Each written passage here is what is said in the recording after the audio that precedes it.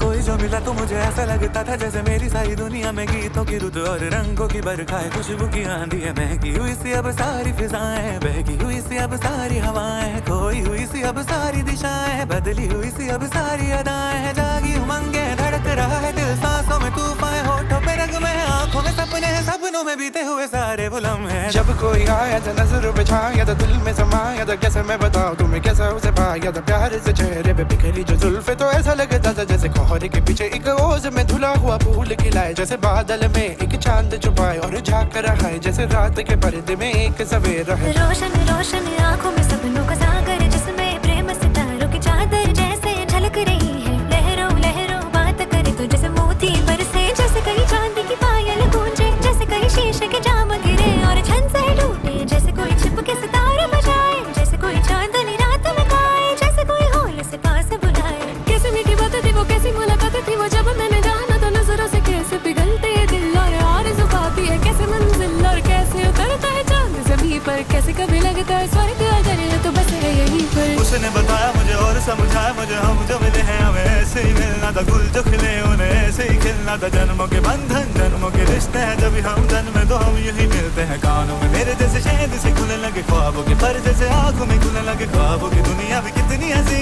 और कैसी रंगी थी, ख्वाबों की दुनिया जो कहने की थी पर कहीं भी नहीं थी। ख्वाब जो टूटे मेरे, आँख जो खुली मेरी, होश जो आया मुझे, मैंने देखा मैंने जाना वो जो कभी आया था, नजरों पे छाया था, दिल में समाया था,